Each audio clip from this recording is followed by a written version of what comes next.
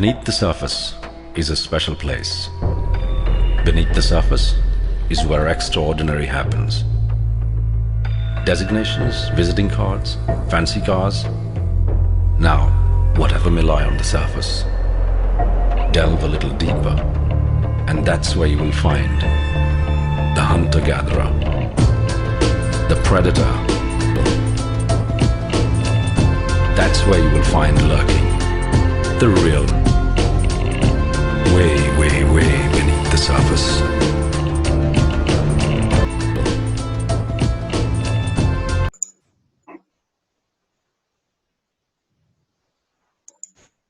Good morning, good afternoon, good evening.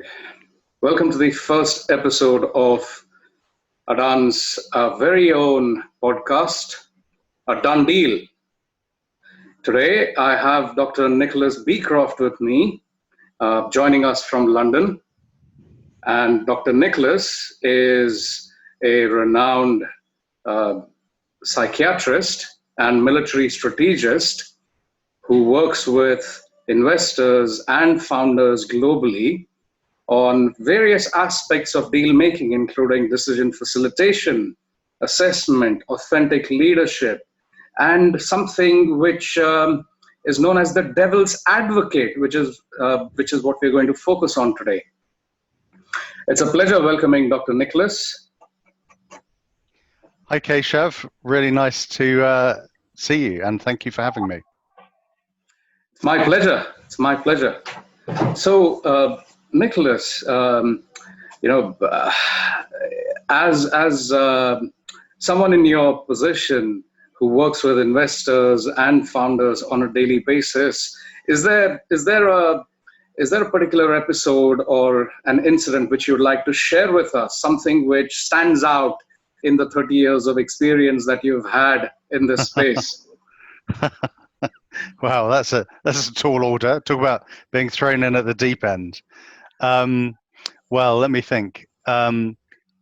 Regarding devil's advocacy and decision facilitation, I had a very interesting session with the principal of a family office earlier this year, just as the coronavirus was beginning to spread out of Asia back in February, basically applied my techniques and saved him $27 million in a day. So in an afternoon, actually. So wow. that was a pleasure. Wow, 27 million. That's unbelievable. That's incredible. We would love to hear a little more about how you managed to do that. And in your work, I'd just like to understand how effective is the decision making you've seen, and how do you complement that? Yeah, I think, obviously as a psychiatrist, I've been involved in decision making, personal and family and organizational for, 25 years, and done lots of work in government and seen how governments think and how the military thinks and so on, and much work with management consultants, with chief executives, with investors and so on. So I've seen decision making in many different contexts, and so when you really see the full spectrum, there are some we're talking about investors, so obviously there are some people who automate everything and think you can boil everything down to an algorithm and a computer, and so some of them think they do well at that. Yes. And there are others at the other end who basically go on purely on gut feeling and intuition. And then there are probably ones in the middle who are so kind of automated, emotional, and then logical and rational. And essentially, I suppose what I've done is, put it this way: when I was at London Business School, they gave us a book which I think you with your background you might have found interesting, but with mine I found deadly boring. But it was about that thick, about business valuation, and it was basically full of various formulas and numbers and so on, which for me is like, bedtime reading.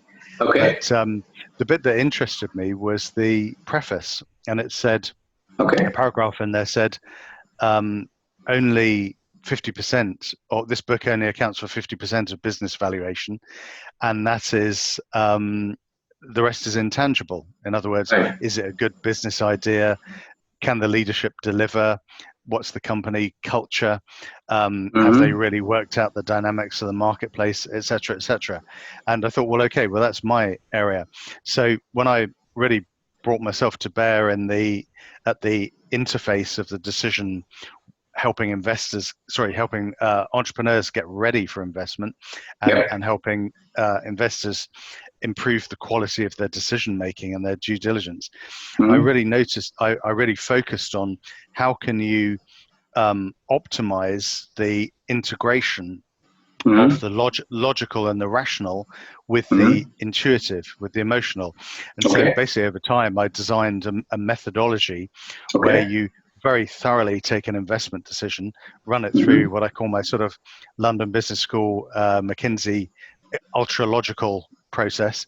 And then frankly, the more interesting bit is, having done that, having got all the information, thoroughly cross-examined it, you then get the person or the group to speak to all their inner voices, the one that says yes, the one that says no, the fearful 7-year-old that's saying, oh my God, what happens if I get this wrong? My shareholders are going to desert me.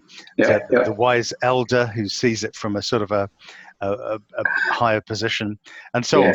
And then you literally teach people to read their heart intelligence and run the decision past that, and literally the gut intelligence. And usually that term's misused. People normally use it as like a cognitive shortcut, but literally the gut, actually the biological gut, you can learn to make a decision with that, and do the same there. And then emotions, and then muscles, and so on. And essentially from this process, usually having thoroughly and rigorously tested the decision from every angle imaginable, usually I'd say, I don't know, 80% of the time you get a very clear decision. This is what we're doing. This is how we're going to communicate it. Or where you don't, you get, I can't make the decision today, but here are the steps I need to take in order to do so. Okay, and what sort of decision-making errors do you see consistently across the spectrum of both founders and investors? There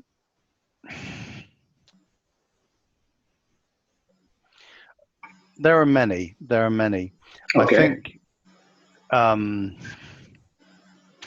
probably the most obvious one is just attention. You focus on what you focus on, you know what you know, and you don't know what you don't know, and you don't see what you're not looking at. So that's an obvious bias. But I think in organizations, one of the common things, for example, a few days ago, I was with a client from I won't say what, obviously, but a very well-known European bank who made a decision to relocate their headquarters. And that decision was made, well, internally, lots of people felt it was made unwisely, without properly thinking through all of the results.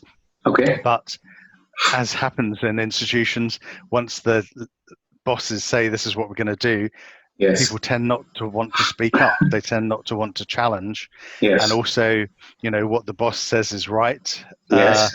And you see this in the military decision making, unfortunately, far too much, which is why the military actually use what's called red teaming, which is a version of devil's advocate.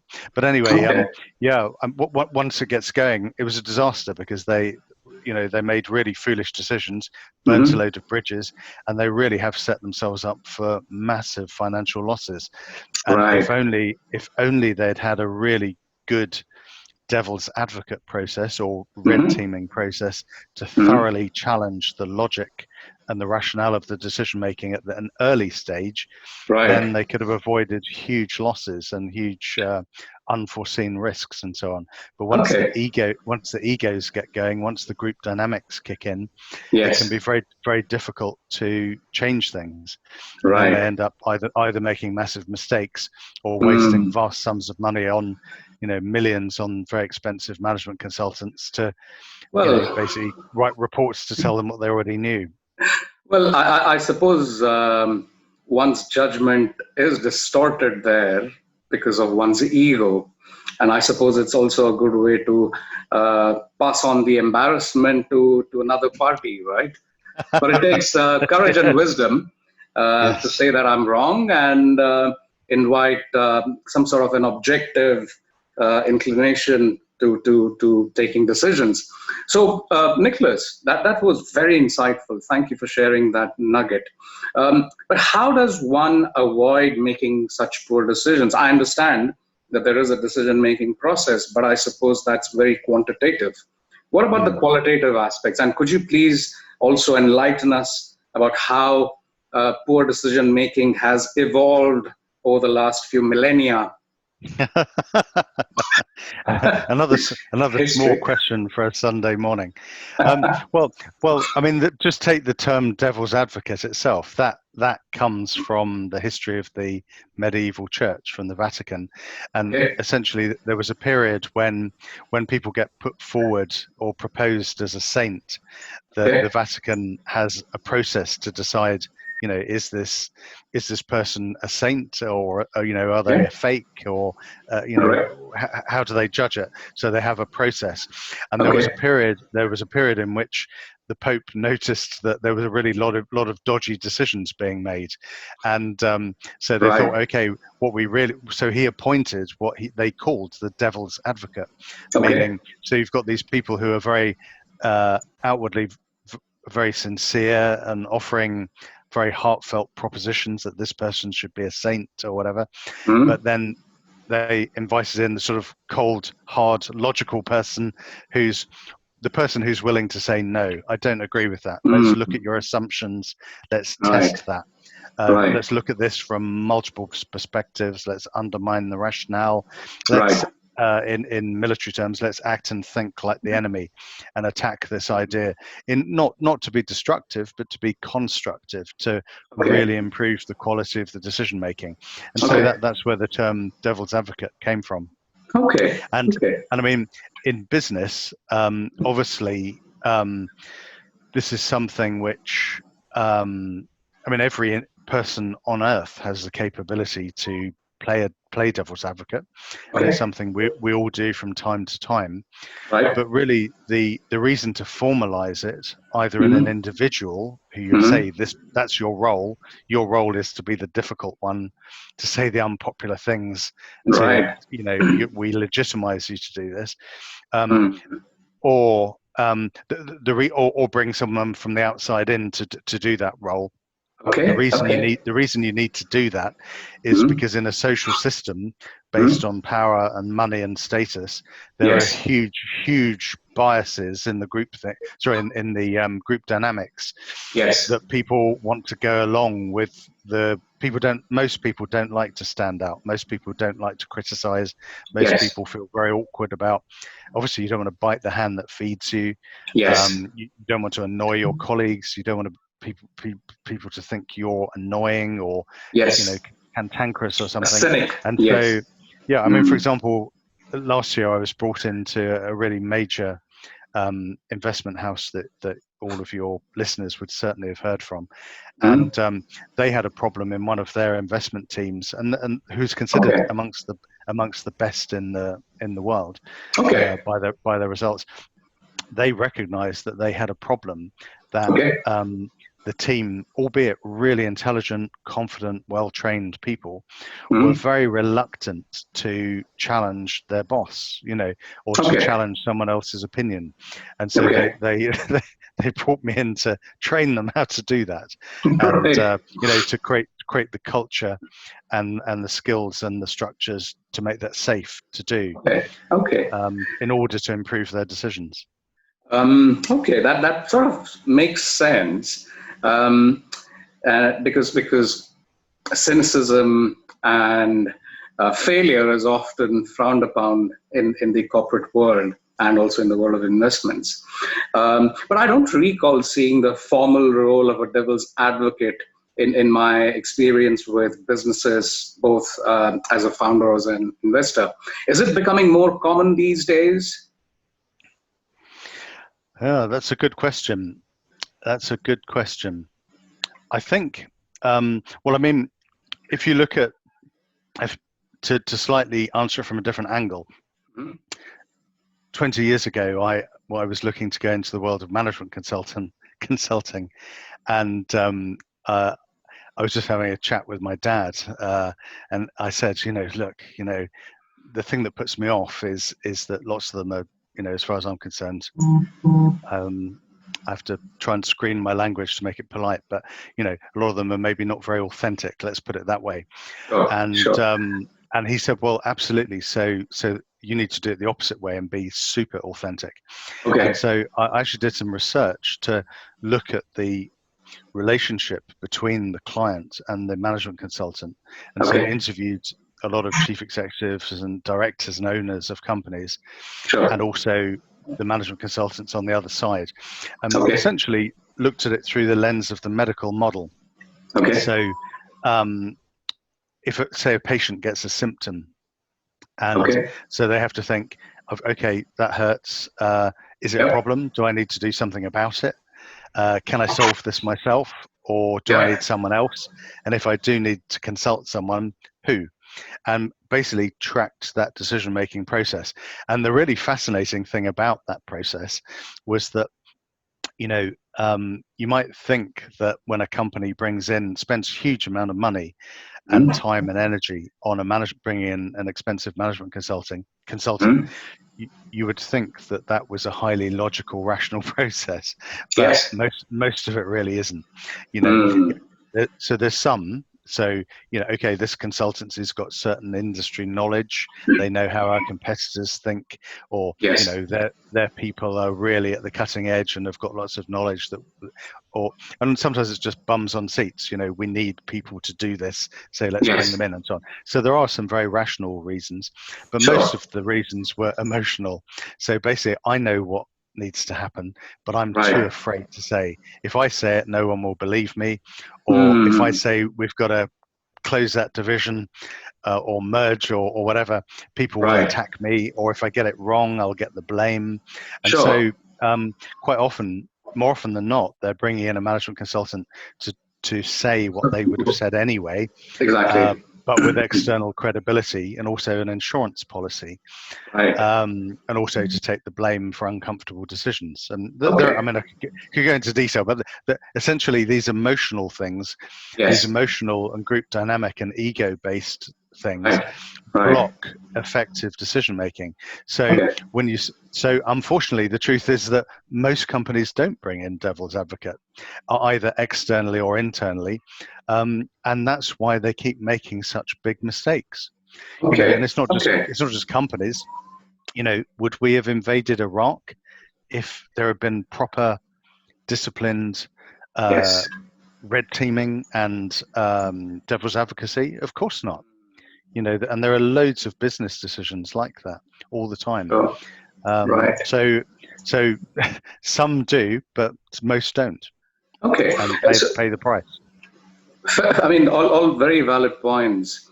Could you please give us an example of how one would use a devil's advocate in a business context?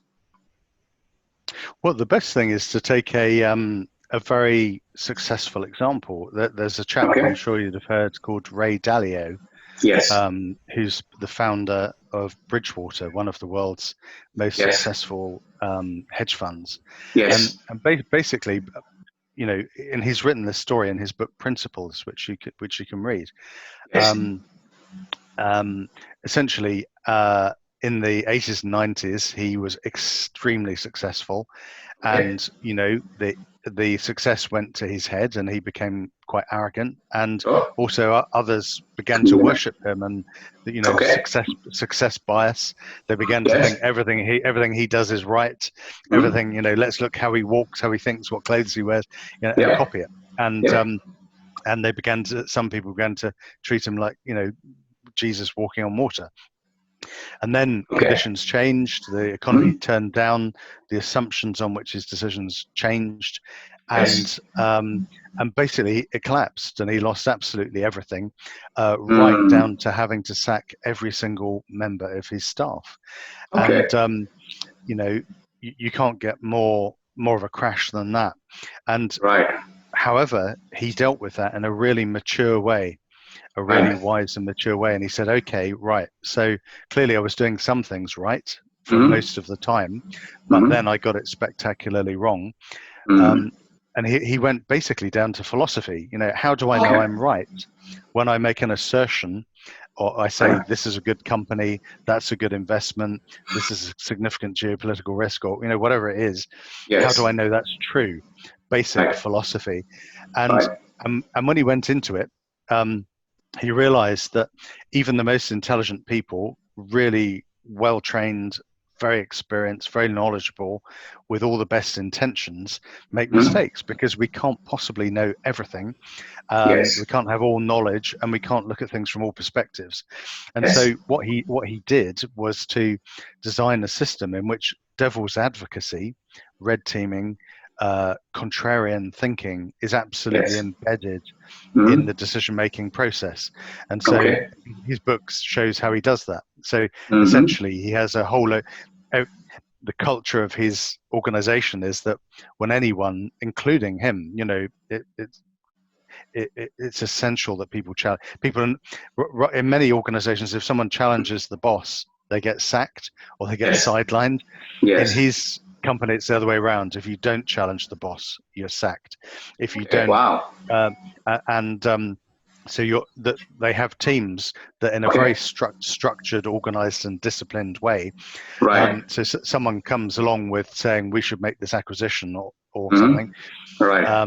They make their proposal, and then a diverse team, not a genuinely diverse team, not the sort of PC fake diversity, but lots of people from genuinely different backgrounds, genuinely different training, different ways of thinking, different personalities, rigorously and ruthlessly test the assumptions and the logic.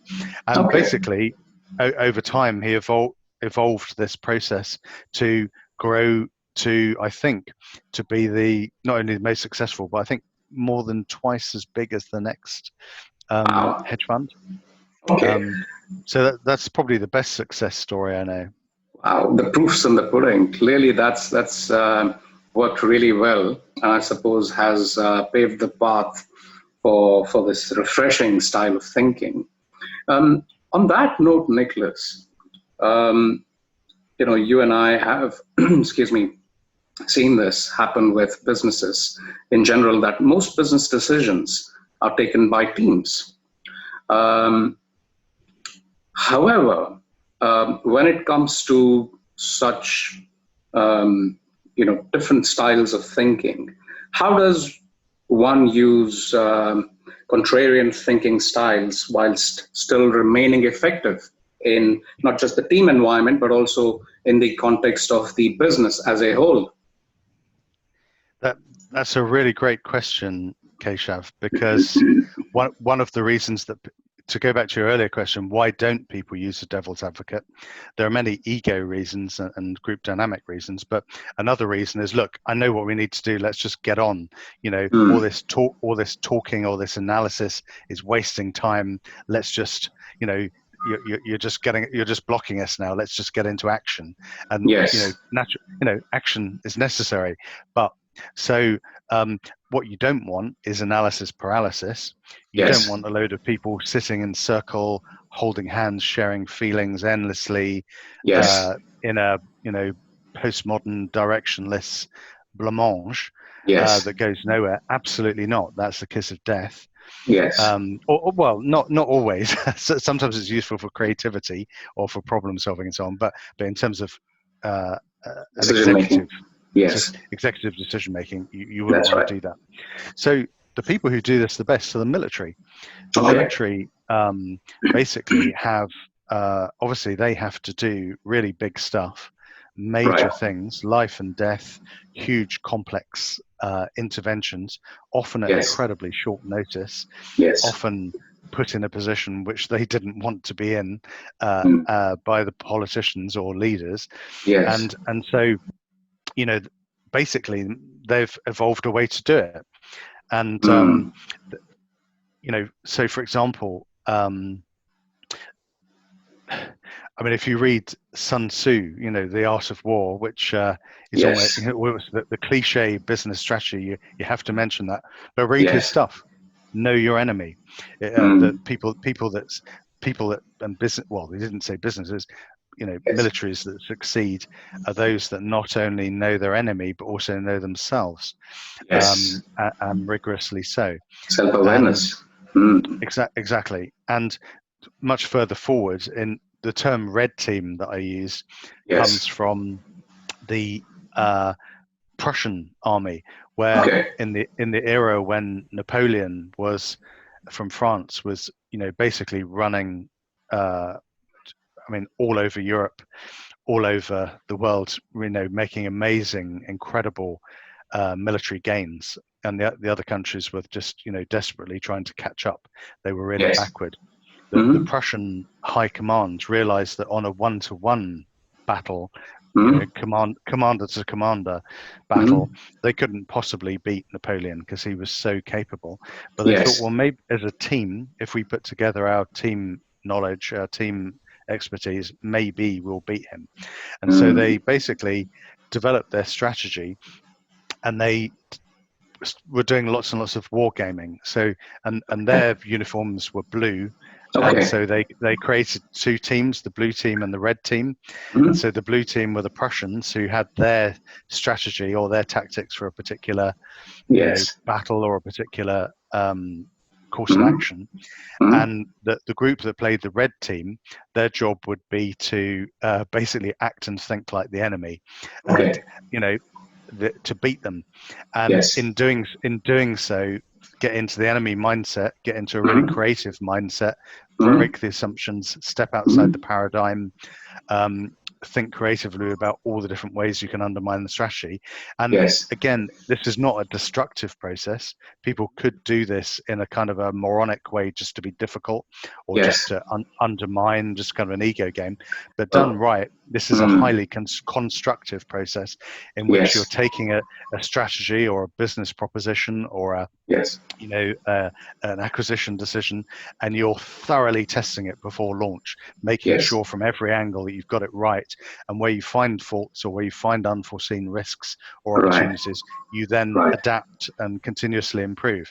And basically, the military have, well, when the military is successful, they do this. And so, I mean, for example, the Germans, the Blitzkrieg, which was super successful, where Germans swept across Europe, that came out of this kind of process. Oh, is it? Okay. But much to their own detriment, they didn't do it for Operation Barbarossa invading Russia. And had they had a devil's advocate or a red team, they certainly wouldn't have done it that way. And likewise, in modern times, as I said, Iraq, we definitely wouldn't. I mean, after 9/11, you know, our people and the Americans, you know, realized, my God, we really need to shake ourselves up and think differently. And so they really stepped up and did a lot more red teaming. I see. But since they do less and less and less, and, you know, the egos and the control freaks take over again until they make their next big mistake. Well, yes, that always happens, and history repeats for a reason, I suppose. But in the game we are in, you know, we tend to test and optimize decisions almost on a daily basis, be it a decision about an acquisition or an investment, or a pitch, or a growth or an acquisition strategy, or for that matter, something as trivial as a launch. How do you go about understanding what the parameters are and how can it go wrong? Absolutely, yeah. Nicholas, while you have obviously worked with the military and the government and various other similar institutions in the past, how do you cross-apply some of that thinking and the lessons that you have learned working alongside this distinguished cohort, and how do you apply that to businesses, especially working with fund managers? Could you please give us an example of working with hedge fund managers or private equity fund managers? Well, actually, I'll give you an example from a family office that I mentioned earlier. Family office. Back in February, I was with one of my clients who's a principal of a very successful family office, and basically he was making a decision, an $80 million decision as to whether or not to invest in a particular houseware company, sort of kitchenware type company. And from his point of view, as he was going into it, he's very relaxed about this. It was no big deal. It wasn't, in his mind, it was just routine business. But he kind of wanted to test drive my process, the decision facilitation and the devil's advocate process, to see if it was any good. And so going into this decision, he was very confident that he was going to invest in this company. It was a good company. He knew it well. He knew the market. He was very familiar with the dynamics of it. And he'd crunched all the numbers, and it was clear that it was significantly undervalued. And he could see good long-term, he was looking to invest for the long term. It wasn't like day trading. We were talking like 5-10 years. And it looked good, basically. And really, for him, this was just like a tick box exercise to put me to the test. And so basically, took him through that process. And the initial part, as I said, the process basically, the initial bit of the process, I call it my logical, rational London Business School McKinsey approach, in which, which I think most of your listeners would be very familiar with, essentially extremely rigorously going through the logic of the decision. Why is this a good decision? What makes you think that? Testing the logic, testing the assumptions, testing the information. Also looking at the values and the principles and the priorities of the decision maker, because those affect it. Looking at any potential biases that might be influencing their decision making, but standard pros and cons, risks and benefits, ideal future outcomes, worst case disasters, and so on. And essentially very, very rigorously doing that. And I find that normally for someone like him, who is absolutely top class, usually that doesn't show up too much. I mean, when you do it with someone who's inexperienced or maybe making a decision in a hurry, that process brings things up. But for someone really top class, that usually you might tweak one or two things. But the interesting thing comes in the second bit, where you then, as I described it earlier, you go into the inner dialogue. Also, and in that you bring in his case, I often bring in, get people to think like their ideal investor would think. So in his case, Warren Buffett or Charlie Munger. Also, mentors and so on, and also you can check with your stakeholders and your shareholders and your own inner devil's advocate and so on. And basically that inner dialogue, then the heart and so on. And basically in running into that process, it was very interesting, because something I find with really top class people, I mean, I'm talking like the super successful the really top level people, that when I do that with them, I'm often quite surprised that when I say, right, let's go into your inner fearful one. Like for a different person, different investor, it was his inner fearful 7-year-old saying, "Oh my God, if I get this wrong, all my shareholders are going to withdraw their money. My reputation will be in tatters. I won't be able to afford the school fees. Oh my God, what do I do? What do I do?" And anyway, with this chap, it was what you talk. He said to me, "Nicholas, I haven't had fear since I was age 6," and that's not kind of boasting. I could tell that was true, and you often get that with really successful people, which is one reason they're able to be super courageous, take amazing risks, and so on. But there's a big but, and the but is that their amazing strength is also their weakness, and that means that because fear has obviously a survival benefit. Not if you're plagued with fear, you can't do anything. You're incapable. You're useless and incapable and vulnerable. But a degree of fear or awareness of threats is absolutely essential. And sometimes these super successful people miss that, and sometimes they miss that. And in this case, because he'd been a bit lacking in fear, he hadn't picked up some really clear risks. So in this case, one of them was marketing. In fact, to be honest, this particular marketing thing came up in the logical bit.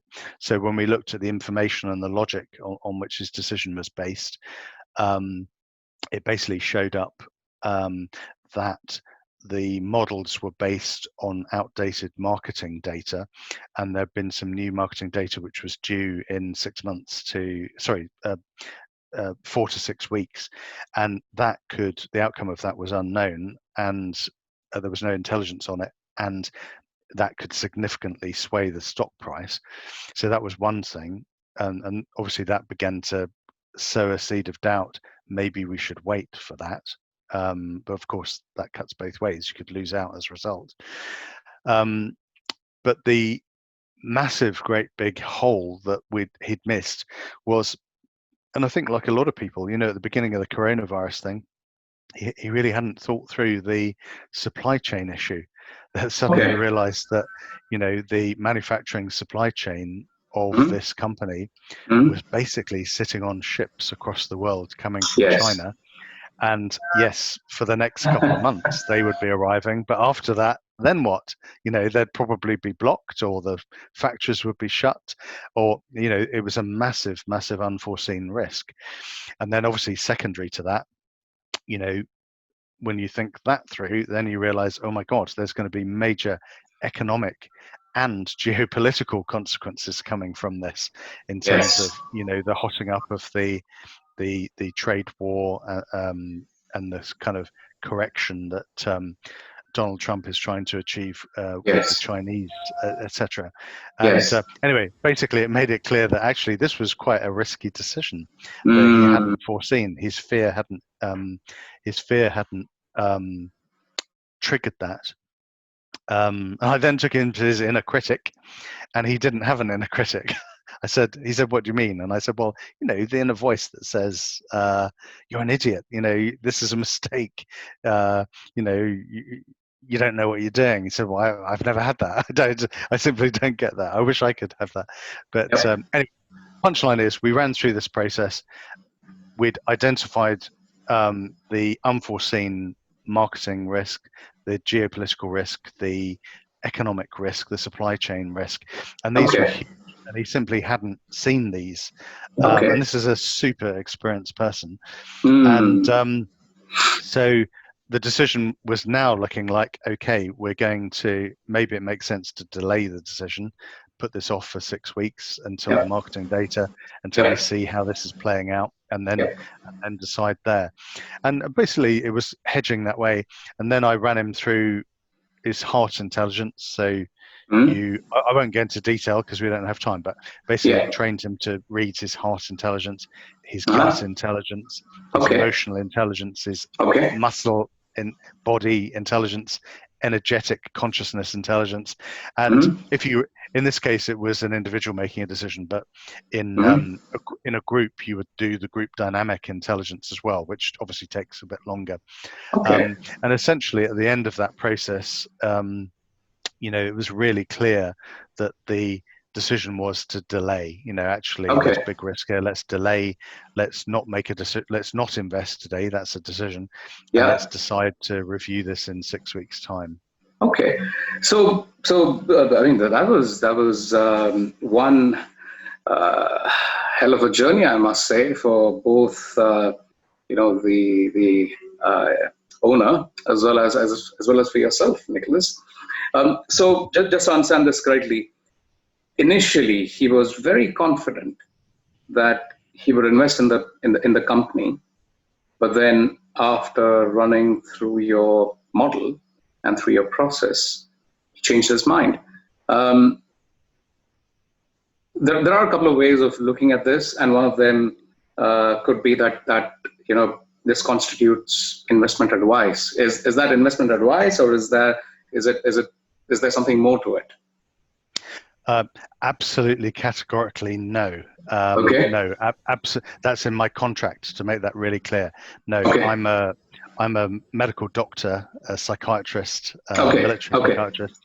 Okay. And so no, I'm absolutely. I mean, obviously, I've got lots of knowledge and experience, but absolutely not. No, I'm not in a position to give business advice or certainly not investment advice. But basically, I run the process that gets the person to using their knowledge and their skills, but gets them to step up to Olympic standard to make the very best decision that they can, and to thoroughly test it to get them. It's coaching basically to get them to make the best decision. Okay, so it's essentially the other party's decision, not really influenced by anything that you've sort of used in the process, right? Just to clarify. And in hindsight, Nicholas, was that the right decision for him? Well, we checked it, we tracked it, and yes, over that 6-week period, if he had invested, he would have lost $27 million. 27 million. Okay. Yeah. Okay. Yeah. I could buy a nice little 110-foot yacht with that kind of money. That's right. Were you invited on that yacht, Nicholas? No, the invitation's still in the post. I think. Been delayed by the coronavirus. It's been delayed by 6 weeks. Can he now make better decisions on his own following your process? I wouldn't like to put it that way, because it in this case it would sound incredibly patronizing, because we're dealing with someone who is a top class master investor. But I think the way that he saw it, the reason that he brings me in, is because he sees himself as like an Olympic athlete who wants to go from absolutely top to even better. So it's more like that. So I mean, I'd say, like most, as I said at the beginning, really, most experienced investors are very, very good at the intellectual, logical, rational, numerical side of things. It doesn't mean they're perfect. And as you know, with models, it's usually the assumptions and the paradigm that's the problem. Yes. And it works for a while, and then it's wrong when conditions change. But nevertheless, they generally are pretty good at that end of it. But where there's massive room for improvement, where it's really variable, where there's real idiosyncrasy, is in the qualitative side. For example, for an investor, does this leadership team have what it takes to succeed? Does the chief executive think and act like a shareholder? And those qualitative decisions are much harder. And also the actual decision-making process with the group dynamics, the heart, the gut. We aren't. I mean, the really interesting thing about humans is that although we're not, we're living in a world which is extremely unnatural. It's not. This is not the world that however long you say, 100, 100,000 or 1,000,000 years of evolution, we've not been living in these conditions, making these type of decisions. But nevertheless, we are perfectly evolved to do so, because we've got our logical mind, our rational mind, all of our many levels of cognitive processing. We've got our threat system, our emotional system. We've got our heart intelligence, our gut intelligence, our energetics, our body intelligence, and crucially, our group dynamic knowledge and intelligence. And when you really harness all of these, that's where the room for improvement is in individuals and in groups. Okay, well, that's a phenomenal perspective towards looking at decisions, Nicholas. But for some of us who are, I suppose, unaware of all these parameters, do you think we could benefit? Is it necessary to get in a devil's advocate for every decision that we take in our day-to-day business lives? Yeah, no, I mean, obviously not, and the main reason would be cost and time. Right. But the vast majority of decisions are not that important, not that valuable, and the risks are not that significant. So, but where it is the thing to do is high risk, high value, high profile, high reputational. So really, there's two reasons to do it. The top reason is if you really want to make a good decision and thoroughly, rigorously test it. Right. And so it's got to be worth doing in terms of time and money. But secondly, especially in institutional decision making, whether that be in big banks, big investment houses, or government. Like Ray Dalio at Bridgewater. Yes, but the really big reason to do it is to protect your own ego and not look like an idiot when you make a mistake, because so that you can really demonstrate within the organization that you've thoroughly tested your decision making. And even if you make a mistake, you can say, look, I've run through this due diligence process, we did our best, and if it didn't turn out right, at least we didn't do this on the back of a cigarette packet. This was a thoroughly tested, rigorously tested. So there's also the insurance policy side of it. But I think, in reality, I've evolved this model from psychiatry, from human decisions. I've evolved it through medicine, through the military, through government, and brought it into the world of investors. But nevertheless, as soon as I run a workshop or run a process, invariably people want to do it for their really important decisions, which has got nothing to do with investing in companies. It's shall I get married?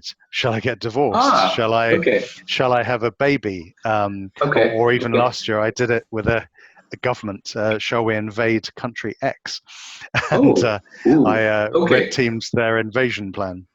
So there are lots of basically high value, high risk decisions. Okay, phenomenal. Ladies and gentlemen, I give you Dr. Nicholas Beecroft. The Devil's Advocate red teaming and decision facilitation services are now available via Adan Corporate's suite of corporate advisory services. And if you'd like to get in touch with Dr. Nicholas or with myself, please drop us a line. The contact details can be found right down below on this website. And we look forward to hearing your thoughts and speaking to you about your business and how red teaming can assist these businesses. Okay, on that note, take your leave then. Have a good day, have a good evening, and see you on the next podcast.